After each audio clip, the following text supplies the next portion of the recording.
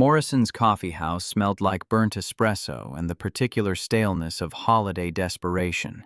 Rebecca Winters sat across from Derek Ashford watching him scroll through his phone while her peppermint tea cooled untouched.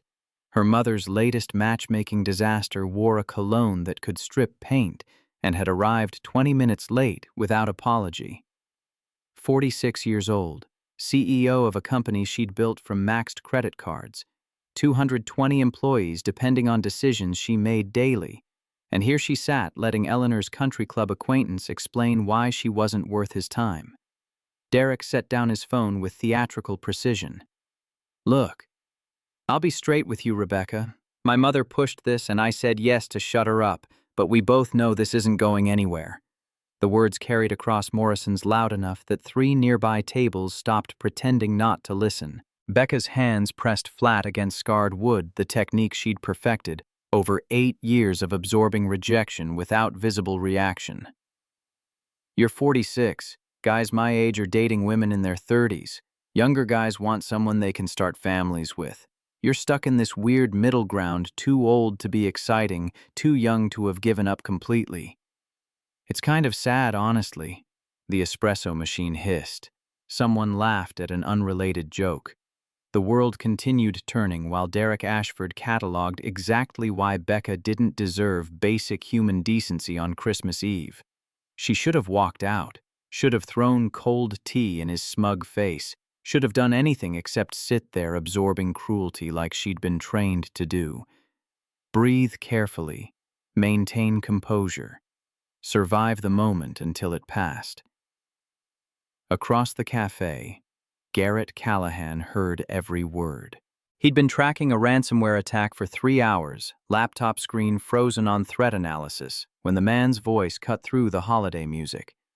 Looking up, he recognized the particular stillness in the woman's posture, the practiced control of someone who'd learned that showing weakness meant elimination. 3 years ago, Vanessa had delivered similar verdict in a restaurant full of witnesses. Nobody had said anything. Nobody had acknowledged that her assessment of his inadequacy deserved pushback. He'd just absorbed it and spent the next 1,000 days believing maybe she was right. Derek stood without waiting for response, dropped a 20 on the table like he was doing Becca a favor, and walked into December snow. Left her sitting rigid and contained while Morrison's patrons returned to their drinks crisis entertainment concluded. Garrett closed his laptop. The ransomware could wait. He crossed Morrison's carrying coffee gone cold, aware this was probably overstepping, but unable to watch someone else carry that particular pain alone. His voice came out quieter than intended. "I wasn't trying to eavesdrop, but that guy was loud enough half the cafe heard. Are you okay?" She looked up. Gray eyes measuring him with precision that suggested extensive practice identifying threats. Everything about her screamed control, perfect posture, manicured nails, the careful neutrality of someone who'd built armor from necessity. Her response was glacial. "I don't need rescuing." Fair. Garrett had been shut down by experts, but something about the tremor in her hands, barely visible, ruthlessly suppressed, kept him standing there. "Not trying to rescue you. 3 years ago, my ex-wife said something similar to me in a crowded restaurant. Nobody said anything. I couldn't not say something this time."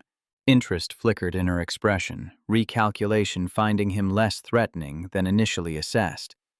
"Thank you for your concern. I'm fine." The dismissal was clear. He should have taken it. Instead, "I'm Garrett Callahan, and I promise I'm not hitting on you or trying to exploit a bad situation. I just saw what happened and couldn't sit there pretending I didn't." She studied him another moment before extending one hand. "Rebecca Winters." "Becca, I appreciate the gesture, but I've survived worse than one mediocre man's opinion." The word worse carried weight, years of accumulated damage carefully compartmentalized. "If you're not ready to face an empty house yet, I'd offer to buy you fresh tea. Talk about anything except terrible blind dates and people who mistake cruelty for honesty." Becca's fingers traced her cup's rim. Outside, snow transformed Seattle into something beautiful and inhospitable. Decision crossed her face, choosing something she clearly didn't want because the alternative was worse. One condition: I pay for my own tea. Deal. They relocated near windows where light was better and proximity to other conversations less mortifying. Garrett ordered black coffee that tasted like punishment. Becca ordered chamomile she didn't drink. Silence stretched, not comfortable, but not hostile. Finally, because silence was worse than potential rejection. Winters Analytics. That's your company? She nodded. Guard, still raised, data visualization for healthcare systems. We help hospitals track patient outcomes. 12 years building it. That's impressive. I lead IT security for a financial firm. Nothing on your scale, but I know managing 5 people is complicated. Can't imagine coordinating 220. Something in her posture relaxed fractionally. The technical problems are easier than the human ones. Code does what you tell it. People require debugging. Half joke, half genuine observation. Garrett smiled, spent 4 years in FBI cybersecurity before going private sector. Technology was straightforward. Politics and personalities nearly killed me. Her eyes sharpened. FBI. That's significant. What made you switch? Dangerous territory. He could deflect, maintain boundaries, protect himself, or be honest. My wife got sick, needed someone home more consistently. I transitioned to corporate security, better hours, more stability. Then she died anyway, and suddenly all that sacrifice felt pointless. The words came out harsher than intended. Becca's expression shifted through surprise to something resembling recognition. Her voice softened almost imperceptibly. I'm sorry. There aren't adequate words for that kind of loss. No, there aren't. He sipped terrible coffee. What about you? 12 years building a company sounds like stories worth telling. She considered sharing, fingers still tracing patterns on untouched tea. Hospital IT department saw them failing at data integration. Patients were dying because information lived in silos. I developed a prototype visualization system, showed it to administration. They laughed me out of the room. Let me guess. Too complicated, too expensive, too risky. Variations on stick to database management. Rebecca, leave innovation to people who understand these systems. So I quit, maxed 3 credit cards, built it myself. Turns out hospitals were desperate for exactly what I was offering. Garrett leaned forward. You saw a problem killing people and solved it despite everyone saying you couldn't. That's extraordinary. It was spite mostly, underrated motivator. He laughed, genuine, surprised. I'll remember that for impossible odds. Just add spite. It's gotten me through worse than impossible odds. Through marriages ending, mothers who think my life choices are personal disappointments. Men who see 46 and think expiration date instead of experience. The bitterness was earned. Garrett found himself wanting to know what shaped someone into this combination of brilliance and guardedness. Your ex-husband. Did he make you feel like 46 was a liability? Marcus made everything feel like a liability. My age, my ambition, my inability to have children. When I couldn't give him a family, he found someone who could. They send Christmas cards now. Pictures of their twin boys. Clinical delivery emotion ruthlessly suppressed. But Garrett heard what lived underneath. That's not a you problem. Anyone who makes you feel insufficient because of biology doesn't deserve you. Easy to say. Harder to believe when you're staring at another birthday alone, wondering if everyone sees what he saw: a woman past her prime, too damaged to be worth the effort. Vulnerability surprised her, like she'd opened a door, normally kept locked, and immediately regretted it. Garrett's response was immediate. I don't see that. I see someone who built something meaningful from nothing, who survived being underestimated and came out stronger, who showed up tonight even knowing it would probably be terrible, because hope is harder to kill than people think. Becca's eyes were bright with tears she refused to let fall. You don't know me. You don't know what I've sacrificed or compromised. You're right, but I know cruelty when I hear it. And I know the difference between someone genuinely insufficient and someone told they're insufficient so many times they started believing it. You're not too old or too anything. You're just someone who got hurt by people who couldn't see your value. The truth hung between them. Outside, snow had transformed Seattle into something from a postcard nobody wanted to receive. Becca looked away toward the window. Why are you being kind? You don't know me. You don't owe me anything. Because 3 years ago, Vanessa told me I was good but not enough. That she needed someone with bigger dreams, better prospects, more ambition. I sat there while nobody said a damn thing. Nobody told me her judgment wasn't the final word on my worth. He met her eyes. I'm telling you, that guy's opinion isn't the final word. Something in Becca's expression cracked, not breaking, but shifting ice beginning thaw. She reached across the table, hand covering his briefly, before pulling back like she'd surprised herself. Thank you. For staying. For seeing me as human instead of just a CEO or a walking disaster. You held yourself together with more grace than I would have managed. That takes strength most people don't have. Or just practice. Enough people tell you you're not enough. Eventually, you learn not to react when they prove they meant it. The admission cost her. Garrett recognized the impulse needing to be seen warring with terror of being known. The barista announced last call. Becca glanced at her watch, surprise crossing her face. We've been talking over an hour. Time flies when commiserating about failed relationships and societal expectations. She stood gathering coat and purse. Can I walk you to your car? Make sure you get there safe. Consideration of refusing. Crossed her face before dying. That would be nice. They bundled into coats, his Carhartt work jacket, her wool pea coat that probably cost his weekly salary, and stepped into Seattle winter. Cold hit immediate and sharp breath visible 3 blocks to her parking lot, feeling longer. She'd parked off Pine Street Prius, exactly the practical choice someone who'd built a company from debt would make. They walked slowly, neither eager to end this unexpected evening. Halfway there, Becca spoke into silence. I should tell you something. My mother set up that date because she's convinced I'll die alone, surrounded by quarterly reports. She thinks if I just tried harder, smiled more, made myself smaller, some wonderful man would fix everything broken about my life. Nothing about your life sounds broken. Doesn't it? 46, saw no husband, no children, no prospects. I work 80 hours weekly because going home to emptiness feels like admitting defeat. Garrett stopped walking, turned to face her directly.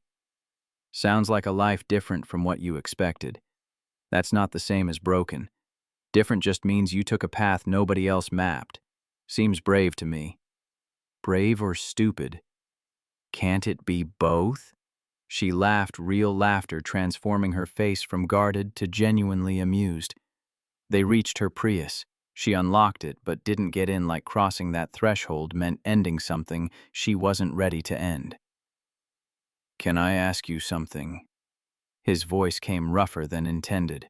Why did you say yes to tonight, to the blind date your mother set up? Becca leaned against the car, snow collecting in her hair.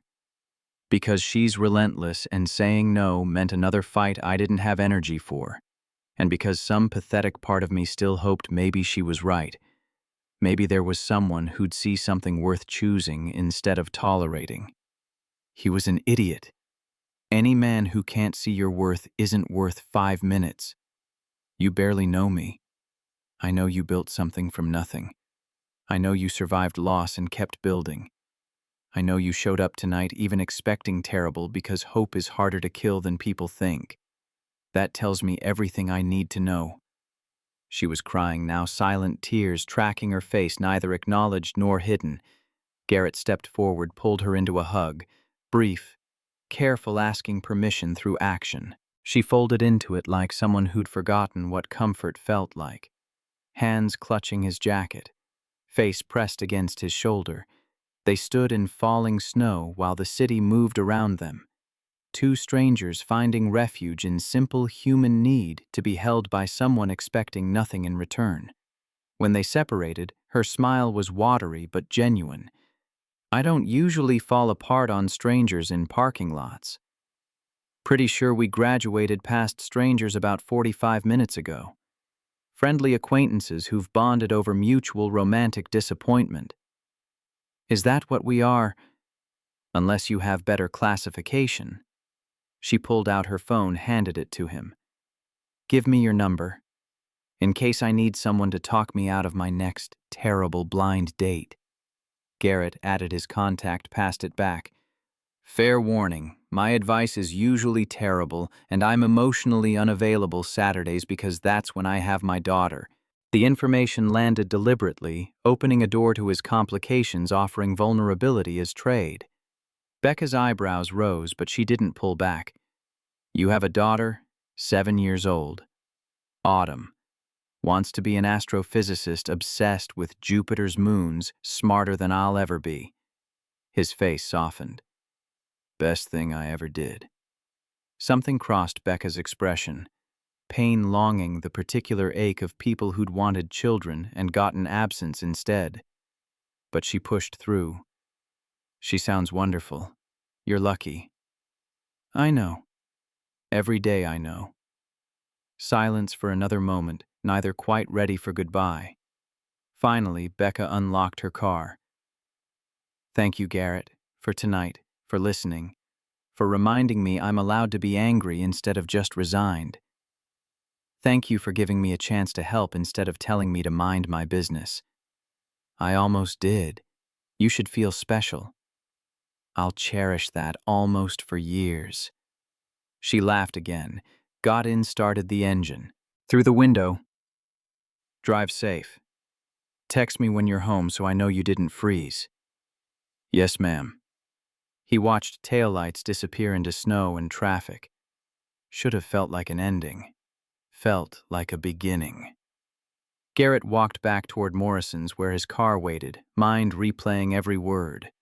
She probably regretted giving him her number. Probably wouldn't answer if he called, but halfway back standing under a streetlight while snow collected. Garrett made a decision. He turned around, walked 3 blocks to a flower shop he'd passed earlier, knocked on glass doors that should have been locked. The owner, elderly woman with kind eyes, looked up from closing procedures, saw him standing in snow, smiled like she understood exactly what he needed. We're closed, but I recognize emergency situations. Come in before you freeze.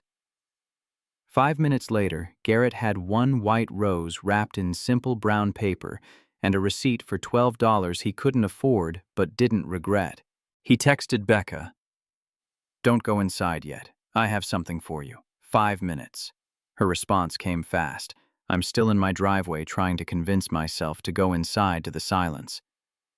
Where are you? Stay there. On my way. He drove through snow-slick streets with heart pounding, knowing this was insane. He barely knew this woman. She was clearly successful, accomplished, operating in circles where IT security leads didn't register. But he remembered her face when Derek walked away. Remembered the practiced stillness. Remembered his own reflection in mirrors on nights Autumn stayed with Vanessa. Same exhaustion, same quiet desperation. Maybe kindness was enough. Maybe showing up mattered. Becca's house was a craftsman in Wallingford, warm lights through windows. Neighborhood quiet with Christmas Eve peace. Her Prius sat in the driveway, Becca visible through windshield, staring straight ahead like gathering courage. Garrett parked behind her, got out with the rose feeling insufficient and exactly right. She saw him in rear view, surprise crossing her face as she stepped out. Garrett, what? He held out the rose. You said you're tired of being told you're too old, too broken, too late. I wanted you to have something that says the opposite. Something that says you're exactly right, exactly enough, exactly on time. Becca took the rose like it might shatter, staring at simple white petals. When she looked up, tears were streaming. Why did you do this? Because you deserve it. Because everyone deserves being reminded they're valued. And because I needed to remind myself that trying, hoping, believing we're not too late, that takes courage worth celebrating. She laughed through tears. This is the nicest thing anyone's done for me in years. Then people have been failing you. They stood in her driveway with snow falling and a single white rose between them, two broken people holding on to fragile possibility. Becca's voice came whisper soft. Thank you for seeing me, for staying. Thank you for letting me. She held the rose, carefully walked to her door, turned back once. Good night, Garrett. Merry Christmas. Merry Christmas, Becca. He waited until she was inside before getting back in his car. His phone buzzed 2 blocks away, putting it in a vase where I'll see it every morning. Thank you for reminding me I'm allowed to hope. Garrett pulled over, hands shaking. I'm glad I was there tonight. Sweet dreams, Becca. Morning came too bright. Becca woke throughout the night, verifying the rose was real. The vase was real. Garrett's messages proved someone had seen her breaking and decided to care. She sat up slowly, body stiff from fitful sleep. December 26th. 4 hours before Eleanor would call, expecting detailed reports on Derek. Her phone rang at exactly 9. Becca, darling, I've been dying to hear. Derek seemed like such a catch. Tell me everything. Becca looked at the white rose, gathered courage. It didn't go well, Mom. Derek wasn't kind. We're not seeing each other again. Pause. Eleanor, recalibrating. What do you mean not kind? What happened? You didn't lead with your career, did you? Men don't like... Mom, he didn't leave because I talked about work. He left because he's cruel, and he decided before sitting down that I wasn't worth his time. Well, you have to admit you're not getting younger. Maybe if you'd been more accommodating... Stop! The word came out harder than she'd ever spoken to Eleanor. Her mother's sharp intake of breath carried down the line. Excuse me. I said stop. I'm not doing this anymore. I'm not listening to you tell me I'm the problem. That if I just tried harder or smiled more, men would want me. I'm done. Rebecca Winters. I'm your mother trying to help. Do you want to end up alone? The question hung the same question Eleanor had been asking since Marcus left. Becca's voice came steady and cold. Maybe I'd rather be alone than with someone who makes me apologize for existing. And maybe you need to accept that I'm happy with my life, even if it doesn't look like what you wanted. She hung up before Eleanor could respond, hands trembling so violently she nearly dropped the phone. She'd never done that, ended a conversation with her mother without smoothing everything, without absorbing criticism and promising to try harder.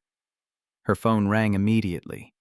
Becca turned it off, then picked up the white rose, held it close, and cried real sobs that shook her whole body. She cried for Marcus, who'd needed children she couldn't provide. For years, trying to be enough for people who'd never see her as anything but insufficient. For the girl who'd believed achievement would make love follow naturally. When tears finally stopped, Becca did something she hadn't done in 8 years. She called Dr. Sarah Kim's emergency line and asked for an appointment. Across the city, Garrett was making star pancakes, while Autumn padded into the kitchen in astronaut pajamas, hair wild. Daddy! She launched herself at him, and he caught her easily breathing in strawberry shampoo. Did you have good Christmas at Mommy's? Autumn climbed onto her stool. It was okay. Ryan got me a telescope, a real one. He said we could set up on his deck and look at Jupiter. Garrett felt the familiar twist, jealousy mixed with gratitude. Ryan could afford telescopes. Ryan had a deck. That's wonderful, sweetheart. You'll have to tell me everything you see. Ryan says I'm smart enough to be a real scientist. He says if I keep studying, I could work at NASA. Ryan's right. You're brilliant. Autumn studied him with unnerving perception. Are you sad? Daddy? No baby? Just tired. She wasn't fooled. She reached across and patted his hand. It's okay to be sad sometimes. You tell me that when I miss you at Mommy's house." His throat tightened. "You're right. Thank you for reminding me." They ate pancakes together. Autumn chattering about her telescope and the black holes book Ryan had given her. Garrett tried focusing on gratitude instead of how much it hurt sharing his daughter with a man who could give her things he couldn't. After breakfast, while Autumn built a blanket fort, Garrett found himself checking his phone. He'd looked 17 times since waking. Nothing from Becca. Maybe she'd woken up and realized accepting a flower from a stranger was impulsive and weird. His phone buzzed, not Becca, Vanessa.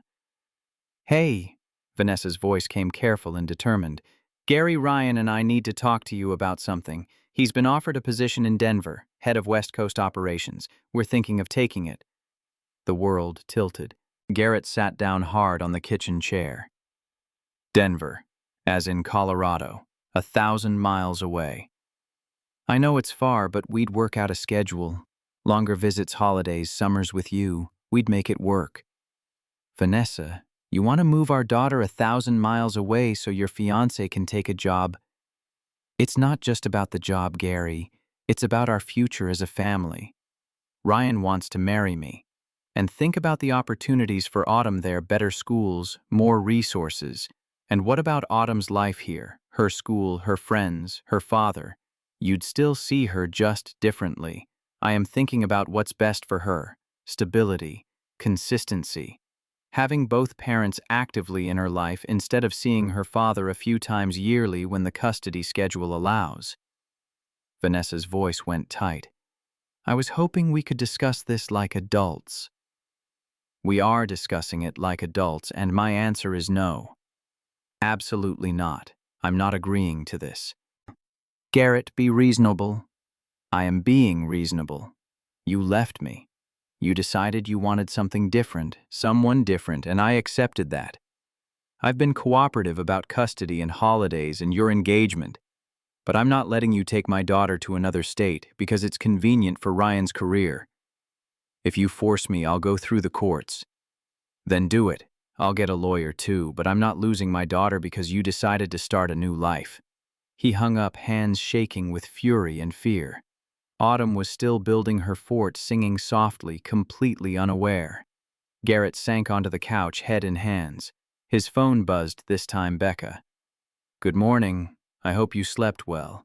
I've been looking at the rose all morning, trying to figure out how to thank you properly." He stared at the message, something in his chest loosening. "How are you doing today?" Quick response. "Honestly, I just hung up on my mother for the first time in my life, turned off my phone and cried for an hour. Now, I'm sitting on my couch wondering if I'm having a breakdown or a breakthrough." Garrett typed, "Probably both. Want company. I have Autumn today, but if you don't mind a 7-year-old who will definitely ask about space, we could bring lunch." Long pause. "Then I would love that, but only if you're sure." "Neither am I," he admitted. "Just got off the phone with my ex. She wants to move to Denver and take Autumn." "Oh, Garrett, I'm so sorry." "Yeah, so we can be not fit for company together. What do you say I say yes? Come whenever you're ready." Garrett looked up to find Autumn watching from her fort. "Daddy, who are you texting?" "You're smiling." "A friend. How would you feel about visiting her today? She has a really nice house, and I bet she'd love to hear about your telescope." Autumn considered seriously. "Does she like space?" "I don't know, but I bet she'd love learning about it from you." "Okay, but we should bring cookies. Grandma Eleanor says you always bring cookies when you visit someone new." "Your grandma is very smart. Let's make cookies." They spent the next hour in the kitchen, Autumn standing on a stool measuring flour and chocolate chips, chattering about terrestrial versus Jovian planets, while Garrett tried not to think about custody lawyers and 1,000-mile distances. When cookies were cooling, Autumn announced she needed her meeting new people dress purple with stars she'd bought with birthday money. By the time they pulled up to Becca's Wallingford Craftsman, Garrett's anxiety was back full force. What was he doing, bringing his daughter to meet a woman he'd known less than 24 hours? But then Becca opened the door and all anxiety evaporated. She looked different in daylight, softer, more real. Hair loose, jeans and sweater instead of business armor. "Hi, you must be Autumn. Your dad told me you're going to be an astronaut." Autumn looked up with serious consideration. "Maybe. Or a scientist. I haven't decided. I'm 7, so I have time." Becca's smile was genuine. "That's very wise. What do you do now?" "I run a company that helps hospitals. It's not as exciting as space, but it helps people." Autumn nodded, satisfied. "We brought cookies. Daddy and I made them. They're chocolate chip." "My favorite. Come in." Her home was comfortable and personal books everywhere, framed photos, and on the kitchen counter the white rose in its vase. Autumn spotted it immediately. "That's pretty. Did someone give you flowers?" "Your dad did, last night." "That's because Daddy's nice. He gives me flowers sometimes too. Daisies are my favorite." "Daisies are excellent flowers." They ordered pizza, and while waiting, Autumn gave Becca an enthusiastic lecture on Jupiter's moons, complete with drawings on Becca's notepad. Becca listened with genuine interest, asking questions that made Autumn light up. Garrett watched them together and felt something shift in his chest. Becca wasn't performing interest or tolerating Autumn's presence.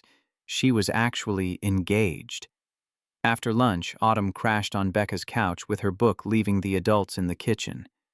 Becca spoke first, voice quiet. "She's incredible. Thank you. I meant what I texted. Today's been hard. Having you here helps. Want to talk about it?" She glanced toward where Autumn was absorbed in reading. "Maybe later when little ears aren't around." "Fair." Garrett stepped closer, lowering his voice. "The thing with Vanessa, it's not going to be simple. If she pushes Denver, it could get ugly. Lawyers court all of it. I don't want to drag you into complicated when we're just whatever we are." Becca met his eyes. "What if I want to be dragged? What if complicated doesn't scare me? It should. I'm a mess, Becca. Single dad custody battles an apartment I can barely afford. You're successful, accomplished together. You could have anyone. Except I can't. Didn't you hear Derek last night? I'm too old for anyone worth having." "That's not—" "I hung up on my mother this morning. I've never done that before. I've always just absorbed it, apologized, promised to do better. But today I told her I was done listening to her tell me I'm not enough." Her voice shook. "And now I'm terrified, because if I stop trying to be what everyone wants, what if this is all there is? What if I really am just a 46-year-old woman with a successful career and an empty house?" Garrett took her hands. "Then you're a 46-year-old woman who built something extraordinary from nothing, who leads 220 people, who has the courage to hang up on someone who won't see her worth. That's everything." "It doesn't feel like everything. Maybe because you've been measuring yourself against the wrong standards." They stood in her kitchen, hands clasped, both trembling. That afternoon became evening. They helped Autumn with her space project, ordered more pizza for dinner. Somewhere between cooking and eating and homework, boundaries shifted. Becca fit into their space like she'd always belonged. When Autumn dozed off during a movie, Becca covered her with a blanket. "She's lucky to have you." His voice came rough. "We're lucky to have each other." Then, because words sometimes needed reinforcement, he kissed her. Gentle, tentative, asking permission. She kissed back, one hand cupping his face, tasting like hope and terrifying possibility. When they separated, her smile was incandescent. "I've wanted to do that for hours." "Me too." They held each other in the quiet, two people choosing to believe something different. January brought routines that felt dangerous in their comfort. Monday evenings, Becca arrived at Garrett's Capitol Hill apartment with takeout and genuine interest in Autumn's latest astronomical discoveries. Wednesday afternoons, all three visited the library where Autumn checked out her maximum limit, while Garrett and Becca pretended to browse separately but kept gravitating toward each other. Friday nights became sacred.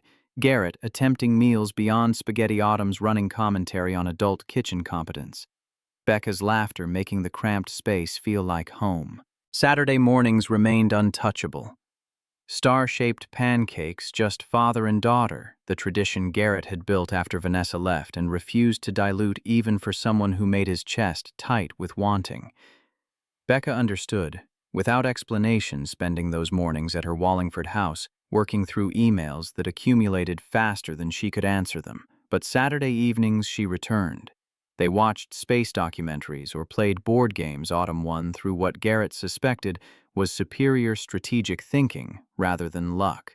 Autumn attached to Becca with the speed children employed when recognizing genuine care beneath adult performance, showing her drawings, her rock collection organized by mineral composition, detailed Mars colony plans requiring both engineers and CEOs.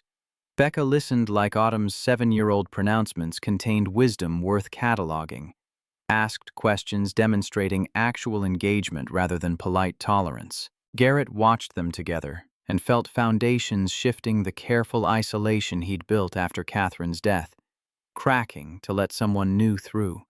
But underneath, domestic comfort pressure was building. Vanessa called twice more about Denver, each conversation ending with Garrett's refusal and her barely contained frustration. The third time her voice carried an edge he recognized from divorce proceedings, determination wrapped in legal threat. "I've consulted with an attorney, Gary. If you won't agree to reasonable accommodation, I'll file for modification of custody. Ryan's job offer won't wait forever." Garrett's hand tightened on his phone. "Then file. I'm not letting you take Autumn 1,000 miles away because it's convenient for Ryan's career. This is about Autumn's future, better opportunities. This is about Ryan's salary and your wedding plans. Don't dress it up as parental sacrifice when we both know it's adult convenience." The call ended badly. Garrett stood in his kitchen calculating how much lawyers cost and how little he had saved, and whether his 401k could sustain withdrawal that wouldn't destroy Autumn's college fund. Declan Brennan showed up unannounced that evening, carrying beer and the expression of someone summoned by the Friend Network's early warning system. He'd known Garrett since FBI Academy days, stood beside him at Catherine's funeral, understood being a single father in ways most people didn't. Eleanor called. "Said you sounded stressed on the phone with Autumn. Wanted me to check you're not spiraling." His landlady had appointed herself unofficial grandmother, which apparently included monitoring Garrett's mental state and deploying reinforcements. "Vanessa wants to move to Denver. Take Autumn with her. I said no. She's threatening court." Declan opened both beers, handed one over. "That's expensive and ugly. You talked to a lawyer yet? Can't afford a lawyer, can barely afford groceries some months." "Then we make you able to afford one." Declan settled into the kitchen chair that wobbled. "I can loan you $2,000 for retainer. Pay me back whenever. No interest, no timeline, no arguments." Pride rose sharp and bitter. "I can't take your money, Dec. It's not charity, it's investment. In my goddaughter's future. In my best friend not losing his kid because he's too stubborn to accept help." Declan's voice gentled. "Catherine would have taken the money. You know she would have. She'd have said thank you and figured out payback later because keeping Autumn mattered more than ego." The invocation of Catherine hit exactly where Declan intended. "I'll pay you back. Every penny. I know you will. But first let's find you a lawyer who can make Vanessa regret threatening you." Walter Grant, Garrett's boss, recommended Patricia Hartwell, 52 years old, 25 years practicing family law, reputation for winning unwinnable cases. Her office was downtown in a building where lobby marble was polished to mirror shine and elevators required key cards. Patricia met him in reception wearing authority that came from knowing exactly how much power she wielded. She led him to a conference room with windows overlooking Elliott Bay and coffee that actually tasted like someone cared about beans and brewing. "Mr. Callahan, I've reviewed your preliminary information. Your ex-wife wants to relocate your daughter to Denver for her fiancé's job. You've been primary caregiver since divorce, maintained consistent involvement, and you're opposing the move. That's baseline. Now tell me what I'm missing." Garrett laid out details. Vanessa's remarriage timeline, Ryan Thornton's income disparity, the telescope and deck, and all the things money could buy that Garrett couldn't provide. His own financial limitations, the Capitol Hill apartment barely adequate, the fact he worked full-time relying on after-school programs, and Eleanor's generosity to make custody function. Patricia took notes, occasionally asking questions designed to find weaknesses before opposing counsel exploited them. When he finished, she set down her pen with an expression both sympathetic and brutally honest. "I'll be direct because sugarcoating helps nobody. Your ex has advantages. Remarriage courts view two-parent households favorably. Her fiancé makes significantly more, which translates to better schools opportunities, material advantages. On paper, she can offer things you can't." The words landed like physical blows. Garrett forced breathing steady. "But I'm her father. I've been there every day. That has to count." It does. Courts care about established relationships and continuity. We need to build a case showing that keeping Autumn in Seattle serves her best interests, not just yours. Documentation of every parent-teacher conference, every doctor's appointment, every daily routine demonstrating consistent involvement. Character references from teachers, neighbors, anyone who can speak to your relationship. I can do that. Retainer is $4,500. Typical custody modification runs $15,000 to $25,000 total, depending on how aggressively your ex's attorney pushes and whether we settle before trial. That's financial reality. Can you manage it? Garrett thought about Declan's $2,000, his own savings of $1,800, the 401k he could borrow against with penalties that would hurt, but not destroy him. "I'll figure it out. Autumn's worth it." Patricia's expression softened marginally. "Then let's get started. I'll need complete custody history, financial records, school documentation going back 3 years, and Mr. Callahan start keeping a daily log. Every interaction with Autumn. What time you pick her up, what you have for dinner, what homework you help with. Build an irrefutable pattern that makes any judge question whether disrupting that serves your daughter's interests." Paperwork began that afternoon. Garrett filled forms until his hand cramped, provided documents he'd kept in careful folders because Catherine had taught him organization mattered when the system decided whether you got to keep your child.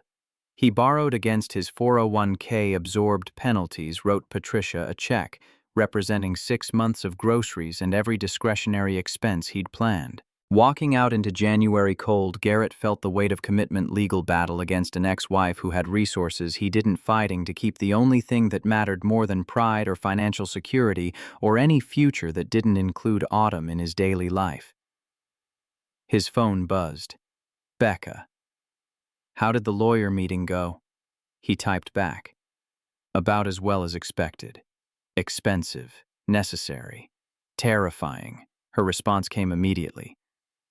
"I'm here if you need to talk, or just sit in silence, or help organize legal documents because that's actually something I'm good at."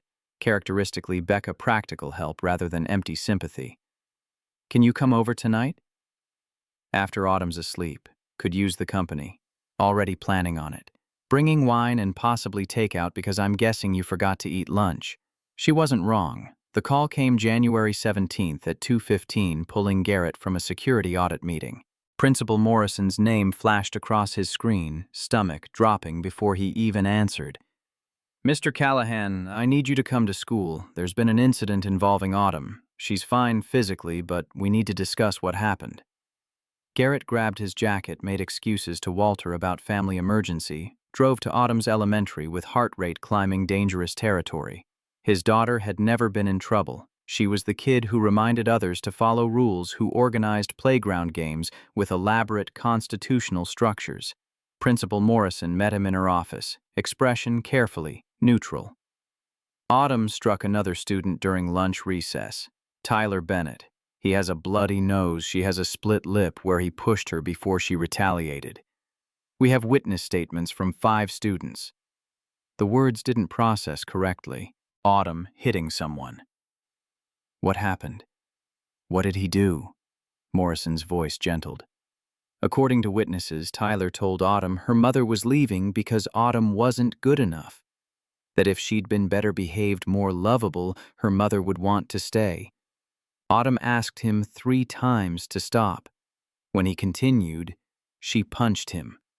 Rage flooded Garrett so intense it took physical effort not to put his fist through the principal's desk.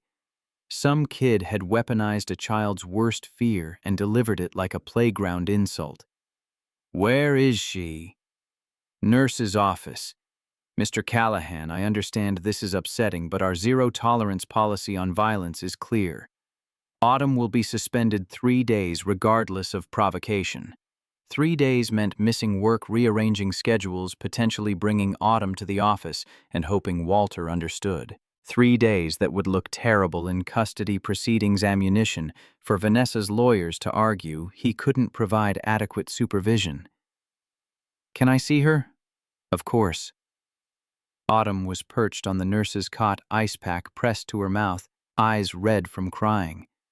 When she saw Garrett, she started crying harder, words tumbling around ice and tears. "Daddy, I'm sorry, I'm so sorry. I tried to make him stop, but he kept saying it and everyone was listening and I just wanted him to stop." Garrett crossed the room in 3 strides, pulled her into his arms, careful of her injured lip. Hey, it's okay. You're okay. Tell me exactly what happened." Through hiccuping sobs, the story emerged. Tyler's taunts delivered loud enough for the entire playground to hear. Autumn's repeated requests for him to stop using conflict resolution, steps her teachers had taught. Tyler's escalation pushing her into playground equipment when she tried walking away. Her decision calculated and deliberate that sometimes words didn't work and action was necessary. "I hit him one time, Daddy, just once, and then he stopped." Garrett's throat was too tight for words. He pulled back enough to look at Autumn's face, at the split lip and fear and awful certainty she'd disappointed him. "You asked him to stop 3 times. That's what we practiced for handling bullies. You tried words first." "But I still hit him. That's against the rules."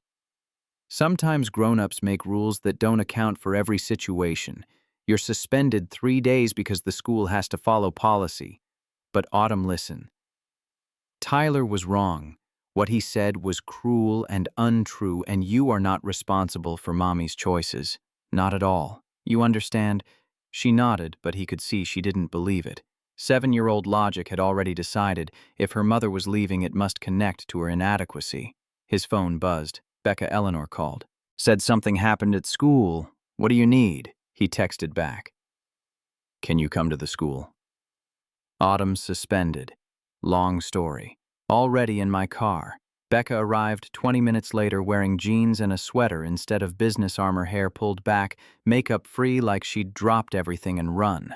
She found them in the nurse's office, Garrett sitting on the cot with Autumn in his lap. Autumn's face brightened marginally. "Becca, what are you doing here?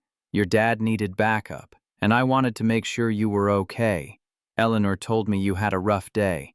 I hit someone. I'm suspended." Becca knelt to eye-level voice, gentle but firm. "I heard. Tyler said something very mean about your mom, and you asked him 3 times to stop, and when he didn't, you made him stop the only way you knew how. That took courage. Daddy says it was against the rules." "It was. And you're getting consequences for breaking rules. But that doesn't mean what Tyler said was okay, or that you don't have the right to defend yourself when someone's being cruel." Becca glanced at Garrett silently, asking permission. He nodded. "Sometimes the bravest thing you can do is stand up for yourself even when it's hard or scary or breaks rules. You were very brave today." Something in Autumn's expression eased, not absolution, but the beginning of understanding that complex situations didn't have simple right answers. Suspension paperwork took another 30 minutes. Walking out to the parking lot, Becca fell into step. "I cleared my afternoon. Thought maybe we could all get ice cream and talk about how sometimes life is unfair and complicated, and we do our best anyway." Autumn looked up at Garrett, hope tentative. His heart cracked and rebuilt around new parameters. Ice cream sounds perfect. They drove to a place near Volunteer Park serving ridiculous flavors. Settled in a corner booth watching Autumn explain why mint chocolate chip was objectively superior to all other options, Garrett felt the first brush of something that might have been peace. His phone rang. Unknown number. He almost ignored it, but something made him answer. Mr. Callahan, this is Sandra Murphy. Child Protective Services. We received a report regarding your daughter, Autumn. I need to schedule a home visit to discuss concerns that have been raised. Ice cream turned to ash in his mouth. CPS.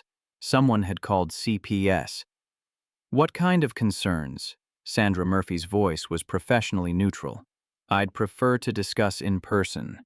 Are you available tomorrow afternoon? I can come to your residence around 2.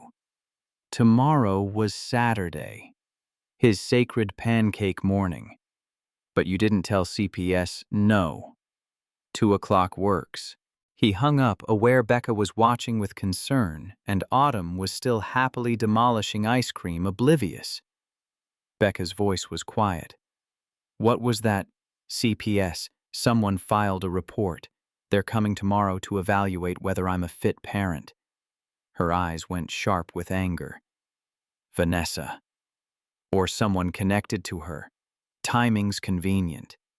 Autumn gets in a fight, suddenly there's a CPS report questioning my supervision. That's... Becca stopped glancing at Autumn, who was now comparing structural integrity of waffle versus sugar cones. We'll talk later. Right now, let's focus on ice cream.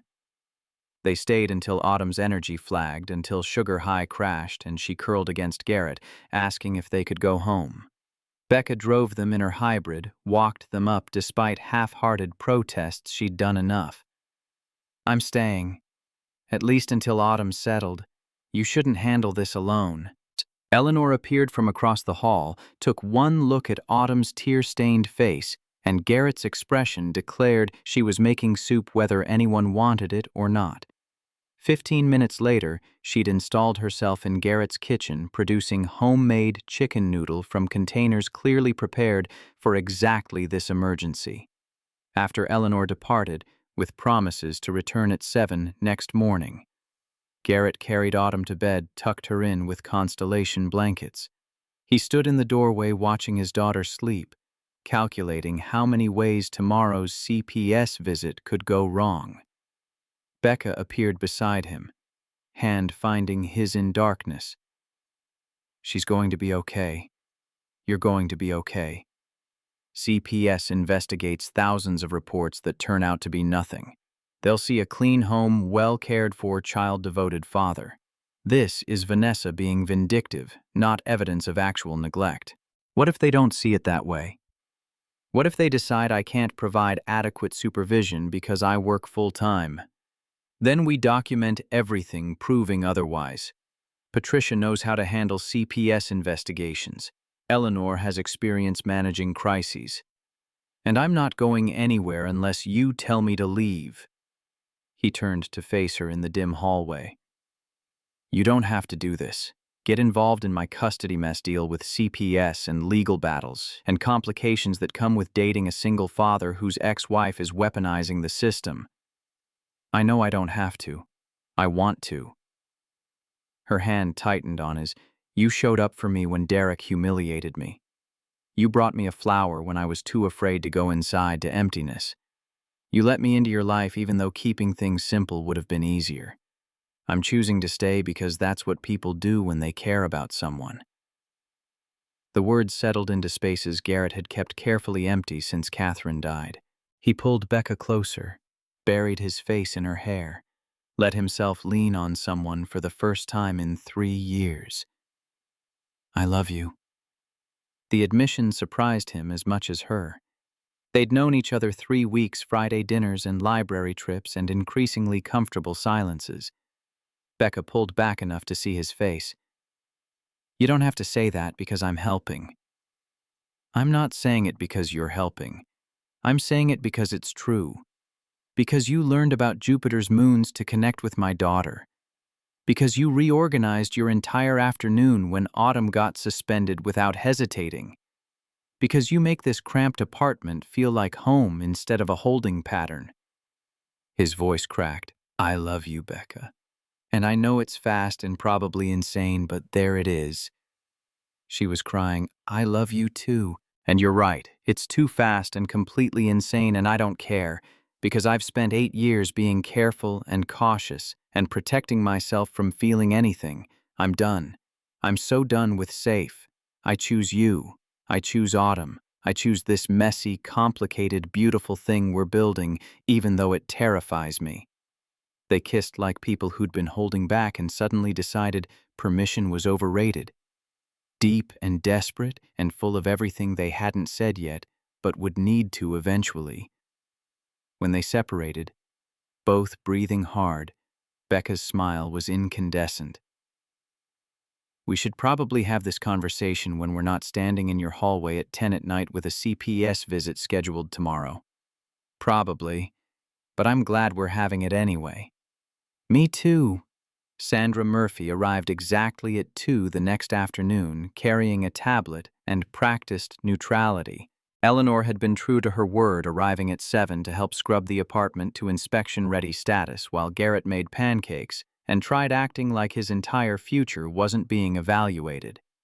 Autumn was at Eleanor's safely occupied with cookie baking and blissfully unaware her home was being assessed for adequacy.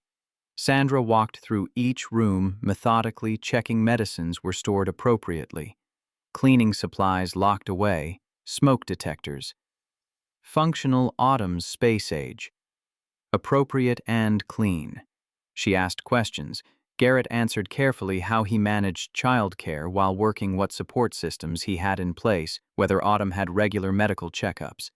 He provided documentation Patricia had advised, keeping ready school records showing attendance at every conference, medical records listing him as primary contact character references. After an hour, Sandra set down her tablet. "Mr. Callahan, I'll be direct. This report was filed claiming your daughter is aggressive and out of control, that you're frequently absent due to work, that your living situation is inadequate. What I see is a clean, safe apartment with a dedicated father clearly involved in his daughter's life.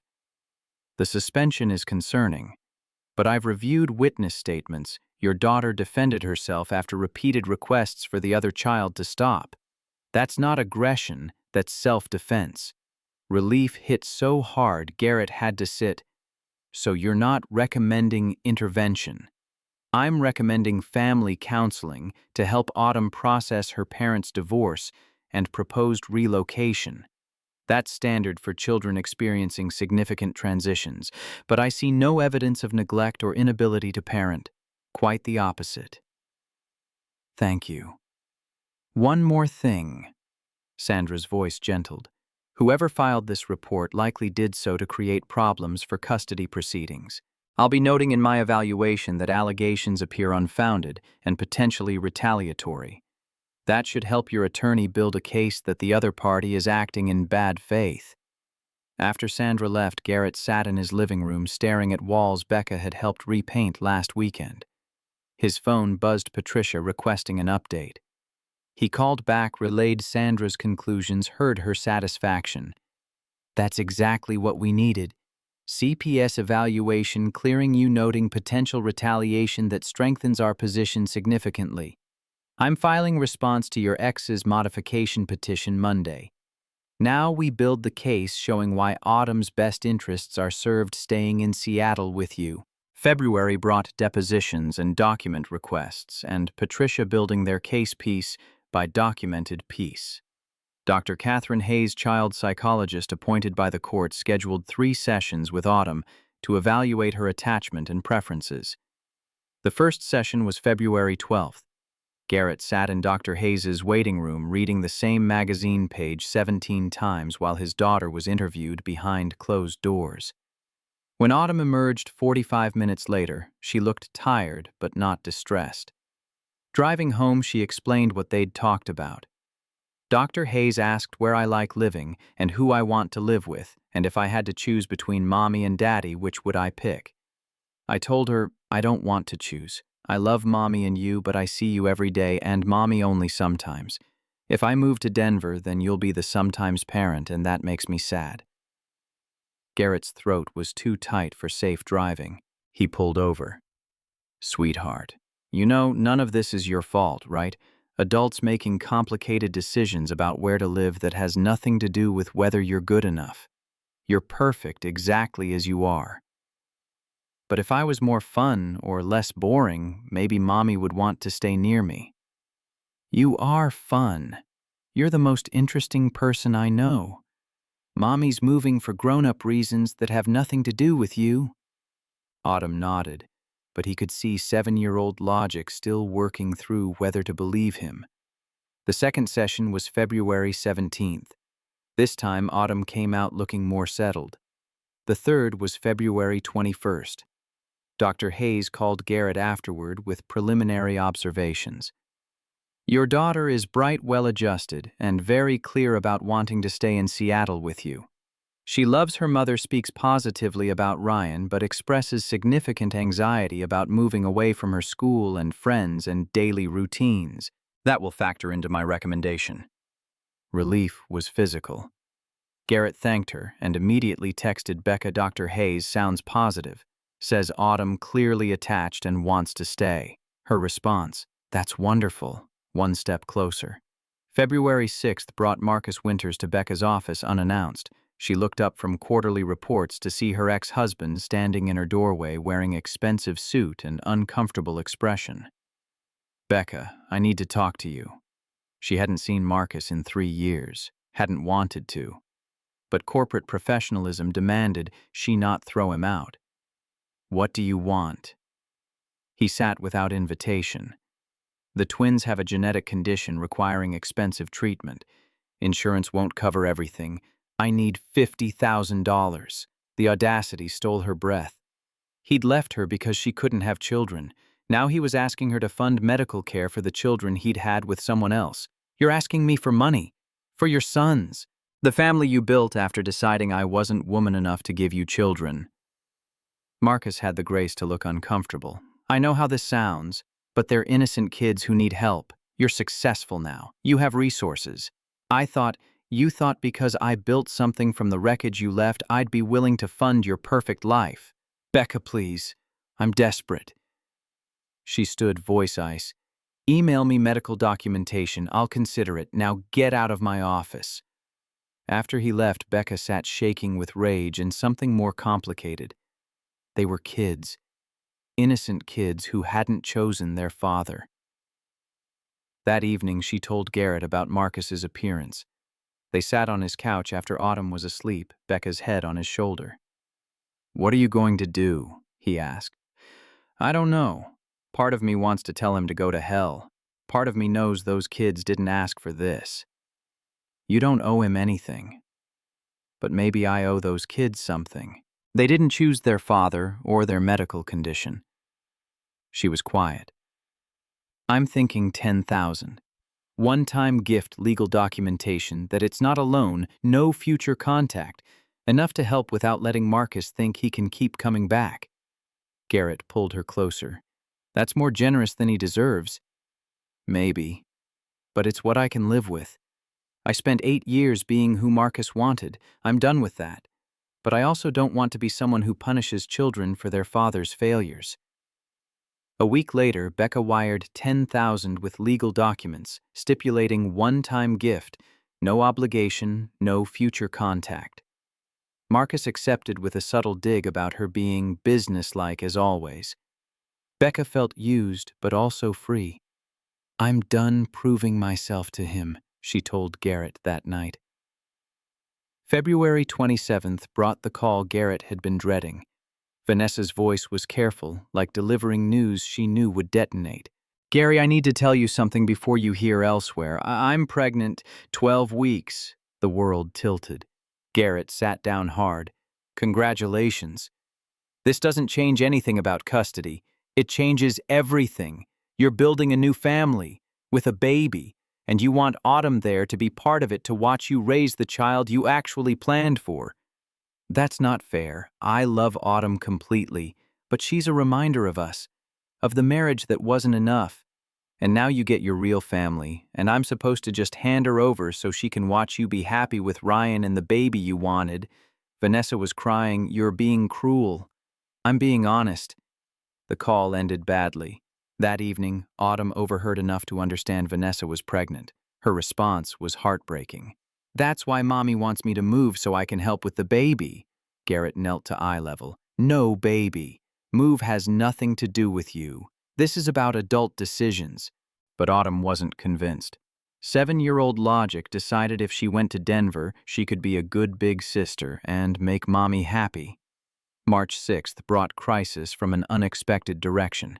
Becca called at 11, voice tight with stress. "We have a situation with our biggest client, hospital system in Boston, 40% of our revenue. They're threatening to leave over a data breach scare that turned out to be nothing. I need to be in Boston for emergency meetings. 3 days." Garrett's stomach sank. When? Meetings Monday through Wednesday next week. His custody hearing was scheduled for Friday, March 13th. Her Boston trip would overlap his final preparation. "You should go. You can't lose your biggest client because of my legal problems. The hearing is Friday. You need support. I need you to not sacrifice your company for me. Becca, you've built Winters Analytics from credit card debt. You employ 220 people whose livelihoods depend on you keeping that client. I can't be the reason you lose that." They argued about it through the weekend. Sunday night, Becca showed up with her overnight bag already packed. "I'm going to Boston, but I want you to know this is the hardest decision I've made since starting the company. You're making the responsible choice." "The responsible choice feels terrible." Garrett pulled her close. "I love you. Go to Boston. Save your client. Come back when you can. I'll still be here." She left early Monday morning, kissing him goodbye with desperation, suggesting she wasn't convinced she was making the right choice. That afternoon, his phone buzzed with a text from an unknown Boston number. "I'm at the airport. Haven't boarded yet. Tell me to get on this plane or tell me to come back. Your choice." His fingers trembled, typing. "Get on the plane. Save your company. I'll see you after." Her reply took 2 minutes. "I love you. I'm sorry. I'll make this right. You already are. Safe travels." The plane took off at noon. Garrett spent Monday evening helping Autumn with homework, trying not to calculate how long Tuesday and Wednesday would feel. Tuesday morning. First meeting brutal, but survivable. They're not committed to leaving yet. Tuesday evening, second meeting better. VP presented updated security protocols. They're considering staying. Wednesday afternoon, third meeting ended 30 minutes ago. They're staying. Signed contract extension. "I'm catching red-eye home tonight instead of Thursday morning because I'm not missing your hearing." Garrett read the message 3 times. She'd saved the client. She'd done what she needed to professionally, and now she was coming back early, choosing to be present for his crisis. His response was simple. "You don't have to do this." Her text came back immediately. "I know. That's why I'm doing it. See you tomorrow morning. Don't make good coffee because I'm bringing actual good coffee, and I need you to appreciate how much I love you." He laughed for the first time in 3 days. Becca's red eye landed at 6 Thursday morning. She texted from the car. "Heading to your place. Coffee is a lie because airport Starbucks is all I could manage. Forgive me." He met her at his door, pulling her inside and into his arms before she could apologize. She smelled like airplane recycled air and desperation, and she was the best thing he'd seen in days. "You came back." "I told you I would. I'm not going anywhere, Garrett. Not when it matters." She pulled back. "We have 3 hours before final prep with Patricia. You should shower, eat something substantial, and let me help you not spiral." "I'm not spiraling. You're absolutely spiraling. We can spiral together over breakfast." They made it work. Garrett showering while Becca organized court documents. Both eating scrambled eggs, Eleanor appeared, with all 3 operating on determination and caffeine, and stubborn refusal to let circumstance win. At 8:30, they met Patricia at her office for final preparation. She walked them through what to expect, how to answer questions, what narrative they were building. "Tomorrow we present who you are and what you've done. The rest is up to Judge Walsh. But Garrett, I believe we have a strong case. Dr. Hayes's evaluation supports you. CPS cleared you. Documentation is extensive and compelling. Have faith." Faith. Garrett wasn't sure he had that kind of faith anymore. That evening, Declan came over with takeout and moral support. They sat around Garrett's kitchen table, him, Becca, Declan, Patricia, going over final details until midnight.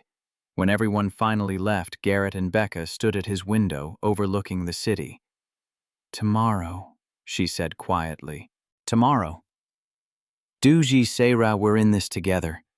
He held her close, letting himself believe that maybe, just maybe, showing up every single day for 7 years would be enough.